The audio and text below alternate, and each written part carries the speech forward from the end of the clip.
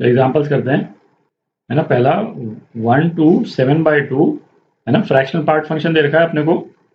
तो एक बार तो फ्रैक्शनल पार्ट फंक्शन ड्रॉ कर लेते हैं और उसके फंडामेंटल पीरियड पे जो उसका इंटीग्रल आता है किसी भी फंडामेंटल पीरियड पे, है ना, वो कितना आएगा, है ना, वो उसको कैलकुलेट कर लेते हैं एक बार। तो जो फ्रैक्शनल पार्ट फंक्शन है ना, उसका ग्राफ जो है वो किस तरह से होता है, ये 1, इसको 2, इसको 3 बोल देते हैं।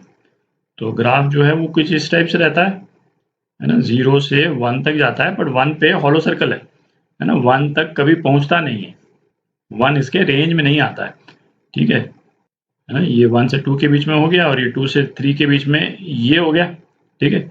अच्छा, फंडामेंटल पीरियड क्या है इसका, t = 1 यूनिट, है ना, दिख ही रहा है। 1 यूनिट के इंटरवल पे ये ग्राफ रिपीट कर रहा है। तो फंडामेंटल पीरियड पे इसका जो एरिया अंडर द कर्व जो है वो कौन सा हो जाएगा, है ना, ये हो जाएगा, ठीक है। और ये क्या हो जाएगा, है ना, I0 अपन बोल रहे हैं इसको, half of base into height, है ना। बेस कितना है 1 और हाइट कितना है 1। एक्चुअली क्या 1 माइनस है, पर उससे हमको फर्क तो पड़ता नहीं, ठीक है, 1 पहुंच नहीं रहा है। तो टेक्निकली करेक्ट क्या है 1 माइनस, और ये टेंडिंग टू 1 है तो 1 के बराबर ही हुआ अपने पर्पस के लिए। तो ये कितना हो जाएगा 1/2 हो जाएगा, ठीक। तो अपने को जो इंटीग्रल दे रखा है ना, क्या इंटीग्रल दे रखा है, 1 से 7/2 फ्रैक्शनल पार्ट फंक्शन dx। तो 7/2 कितना है 3.5, है ना। तो इसमें फंडामेंटल पीरियड कितने निकल जाएंगे, 3.5 माइनस 1, है ना, दोनों को माइनस कर दें अपन, तो ये कितना आ जाता है 2.5, ठीक। फंडामेंटल पीरियड कितने निकल जाएंगे, 2 निकल जाएंगे, है ना। तो एक तो 2I0 हो गया, है ना, और प्लस, है ना, 0.5 बच जाएगा।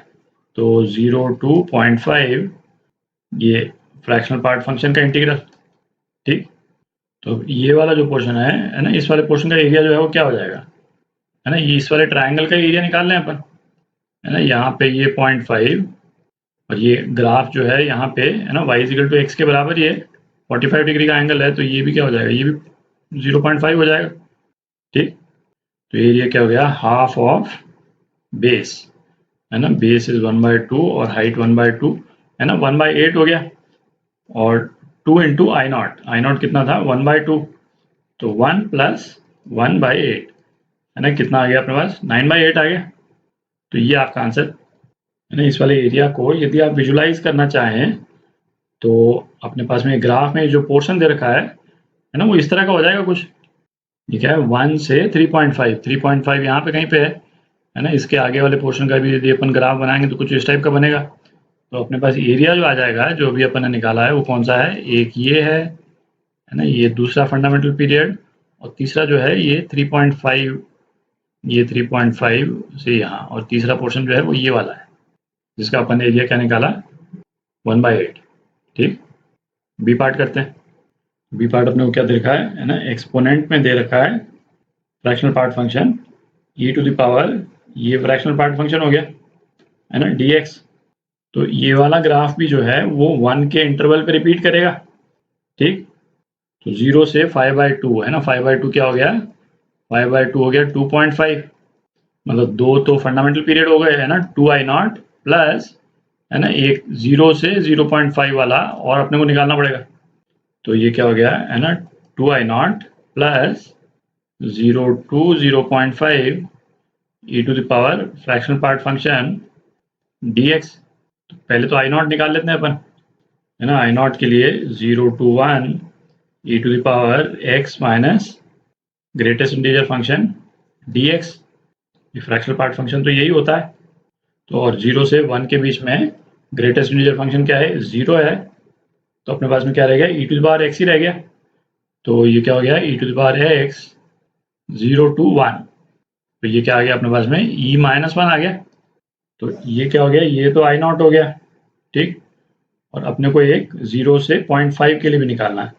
तो I 0 से 0.5 e⁻x dx, है ना। इस वाले केस में भी ग्रेटेस्ट इंटीजर फंक्शन ये तो 0 ही हो जाएगा। तो ये क्या हो गया, e⁻x 0 से 0.5, तो e⁻0.5 मतलब √e−1, है ना, ये हो जाएगा। इसको मैं I1 बोल देता हूँ और इसको I बोल देते हैं।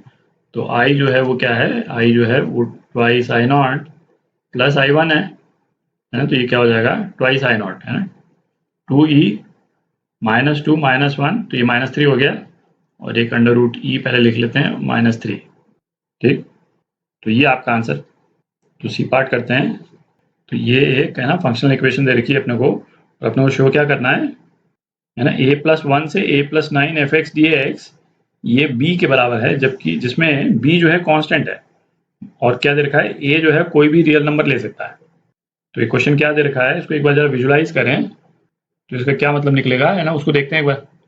क्वेश्चन बेसिकली क्या बोल रहा है ना, ये x और ये fx है ना, a की हम कोई भी वैल्यू ले लें। सपोज a हम यहाँ ले लेते हैं, ठीक है। तो a+1 है ना, a+1 सपोज यहाँ पे कहीं पे हो जाता है a+1, और a+9 जो है यहाँ पे कहीं पे हो जाएगा a+9, ठीक है। तो ये जो डिस्टेंस है ये क्या हो गया, ये 8 यूनिट का डिस्टेंस है। तो ये क्या बोल रहा है कि 8 यूनिट के डिस्टेंस पे वो जो ग्राफ है उसका एरिया जो है वो हर केस में b के बराबर ही आएगा। a हम यहाँ पे लें है ना, चाहे हम a को यहाँ पे ले लें। इंपॉर्टेंट पॉइंट क्या है कि लोअर लिमिट और अपर लिमिट के बीच में है ना 8 यूनिट का डिफरेंस होना चाहिए है ना। a यहाँ पे ले लेंगे तो a+1 यहाँ पे आ जाएगा, और a+9 जो है यहाँ पे कहीं पे आ जाएगा। तो क्या बोल रहा है ना, ये इस वाले पोर्शन में एरिया और इस वाले पोर्शन में एरिया सेम आना चाहिए ग्राफ का। तो ये कब हो सकता है भाई, ये तो तभी हो सकता है जब ये 8 जो फिगर है वो इस फंक्शन f के फंडामेंटल पीरियड का कोई मल्टीपल हो, ठीक है, तभी हो सकता है, अदरवाइज तो नहीं होगा।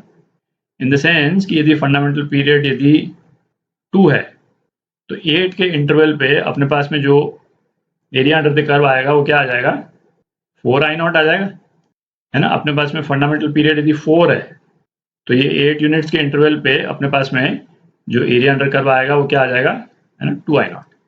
कर्व जो है 2 बार पूरा पूरा रिपीट कर जाएगा। तो इस फंक्शनल इक्वेशन से अपन फंडामेंटल पीरियड निकालते हैं जरा इस फंक्शन का। ठीक, फंडामेंटल पीरियड के लिए अपने को है ना इक्वेशन क्या चाहिए होगी, fx = fx प्लस टी के फॉर्म में यदि हम ले आए, ठीक है, तो ये जो भी t की जो वैल्यू आएगी वो फंडामेंटल पीरियड हो जाएगा। ठीक है, यही डेफिनेशन होता है पीरियोडिक फंक्शन का। तो इस वाली इक्वेशन में जहां जहां पे x है, x की जगह हम क्या रख देते हैं, x की जगह x+1 रख दें। ठीक, तो इक्वेशन जो है वो क्या हो जाएगी, fx+1 प्लस fx+3, और ये किसके बराबर, fx+2 प्लस fx+4, ये हो जाएगा। ठीक, अब इस वाली इक्वेशन को इस वाली इक्वेशन से हम ऐड कर दें तो आप देख रहे हैं है ना, fx+1 एक तो ये कैंसिल आउट हो जाएगा, एक fx+3 एक ये कैंसिल आउट हो जाएगा, और x+2 ये कैंसिल आउट हो जाएगा। तो अपने पास में क्या आ जाएगा है ना, दो ही टर्म्स रह जाएंगी, fx = fx+4 आ जाएगा अपने पास। तो फंडामेंटल पीरियड क्या आ गया अपने पास में, 4। ठीक, तो इस वाले इंटीग्रल में है ना ये a+1 इसको सपोज मैं a0 बोल देता हूँ, तो a+9 है ना ये क्या हो जाएगा, a0 + 8 हो जाएगा। ठीक है, तो इंटीग्रल जो है क्या हो जाएगा भाई, a0 से a0 + 8 है ना fx dx, और ये अपन प्रॉपर्टीज में देख ही चुके हैं है ना, वही चीज जो अभी अपन ने डिस्कस की।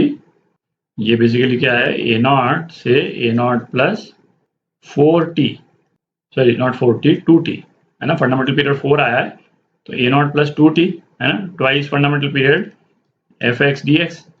तो ये किसके बराबर आ गया है ना, ट्वाइस I0 के बराबर आ गया है ना। बेसिकली दो फंडामेंटल पीरियड पे हम इसको इंटीग्रेट कर रहे हैं, और चूंकि I0 कांस्टेंट है तो ये तो कांस्टेंट ही रहेगा थ्रू आउट, एक ही चाहे जो वैल्यू हो, तो हेंस प्रूव्ड।